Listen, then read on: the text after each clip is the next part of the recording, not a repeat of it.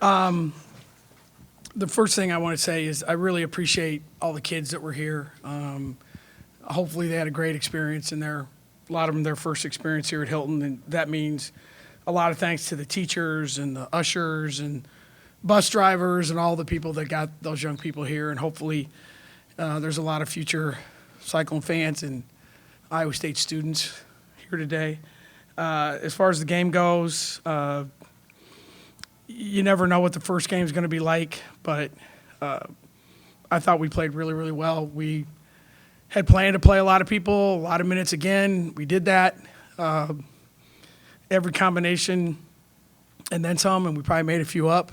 But we wanted to get all those guys in the game and let them get another shot at it. And I've said many times, I think that's what our team's going to be like all year. I don't think it's just November 4th. This might be the way we are March 4th, too. So good start, ready to go, and certainly want to wish TJ and the guys luck tonight. What was going right for you guys during that strong start? I think the two things were we really, we didn't turn the ball over hardly at all early in the game. And obviously with Addie and Audie, we had a great advantage there. And then defensively, I was really proud of our team. Obviously, it's a team that, new players and new coach, and you're kind of going on the fly on a scouting report. And I thought the first quarter we were locked in, and the things we asked them to do, they did it.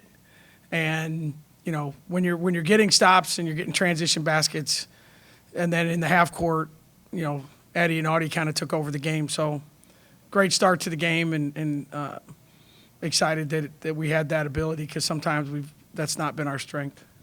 Tank got the start. What have you seen from her, and then what did you see from her today? I thought she was fantastic tonight, this morning, whatever time it is. No, I mean, I keep saying the same thing. We've given every kid a lot of opportunities, and she has been the best, most consistent in that spot. And, she just knows what she can do. And I think she's really comfortable playing with the other four that have a little experience. So I thought they all showed some good moments, but you got to give her credit. When you're a freshman and you start in this environment, you never know how it's going to go. And she played really, really well, really smart. And I thought was for her first college game was one that was really good. Bill, you talked about the many combinations, maybe some that you didn't even expect or think of, but you get every player but one scores, every player but one gets a rebound, every player but one gets an assist. What does that say about just how the team performed under many of those rapid different changes? No, we have a very skilled team. It's one of the more skilled teams that we've had here when you look at 1 through 12. And LT obviously didn't play today, but all of them have the ability to do something like that. And you get in a game like this, obviously, and the score gets out of control. It's sometimes you're playing against the game. You're not, you look at the scoreboard and you relax. And I thought, for the most part, they all competed and played, and we had our moments, and obviously, but now's the time to get those kids some minutes, and we really, the goal was not to play anyone more than 24 and get everyone in for at least 13 or 14, and we were pretty close to that. So I thought that was good.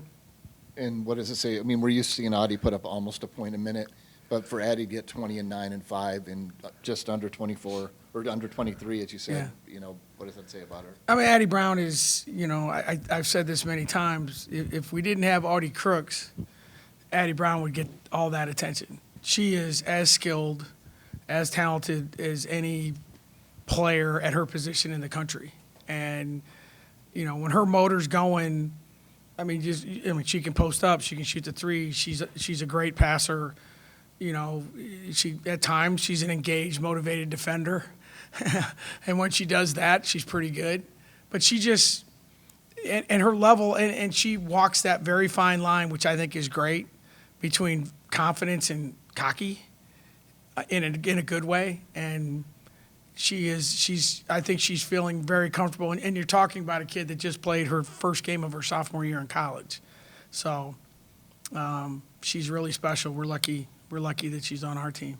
How long do you want to kind of go this route of, divvying up the minutes like this? At some point, do you want to get to a point where it's like, okay, we have like a certain number that we're just kind of rolling out? That's a great question, and That's all I got, though. oh, okay, that's good.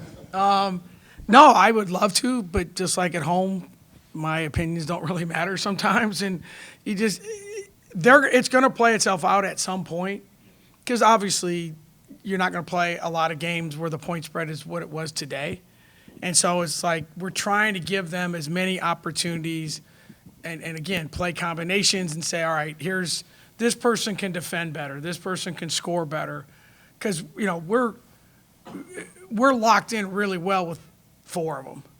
And those 4 know what they're doing. And so it's like, how does that 5th, 6th, 7th person fit in with the 4? And then you have to rotate back up post. Like early in the game today, AJ got 2 fouls in the first 3 minutes of the game. So like at some point that is going to happen to someone. So you better have another option. So I really wish it was going to be more clear cut. I don't think it's going to happen. I just don't. And if it doesn't, then we'll adjust. And I mean, we have practiced. What you saw today is how we've practiced every single day. Everyone's playing, everyone's subbing, the combinations. I mean, literally, Emily Hatfield, one of my assistants, that's all, like not all, but her number one job is practice, is subbing. And that's a hard thing to do on this team, to get guys in and out. And now with practice is shorter. So I wish I could tell you something different, but I don't anticipate that coming. I think the first 2 3-pointers for you guys today came off a missed free throw where you pushed the ball up the floor. What do you like about those situations, and how much passing skill does that require? No, I mean, everything for us, I think, is a transition based. And when you get a missed free throw, a lot of time, and we practice that a lot, the situations that we get into, is there's like this hesitation a lot of times by the other team. And we're trying to get it up the floor before they get set. And then you have Audie or Addie in the post. And I tell them, if they go to help them, which they will, now you got Tank, now you got AJ, now you got whomever on the wing. Well, then the next time they run out and go get the shooters, then we throw it in the post. So it sounds simple, and it really is with the post players we have. So hopefully, you don't want to foul too much, but everything for us is offensive transition off of missed shots. In the first half, we weren't very good at that, but if we can defensive rebound like we have in the past, our offense is pretty good. It's when you're taking the ball out of the net all the time, it's hard to get any kind of transition. And I guess, pardon if you got asked earlier this week, but how is LT feeling? And Thank you. No, she's better. She actually did a workout before the game. She's really close to. She might dress on Thursday, but she's made really. I mean, the last week she's really progressed. But she, like at 9 o'clock this morning, she did a 45-minute individual workout and looked good. So I don't know if it'll be Thursday, but she's close. So that would be nice to have another body in the post.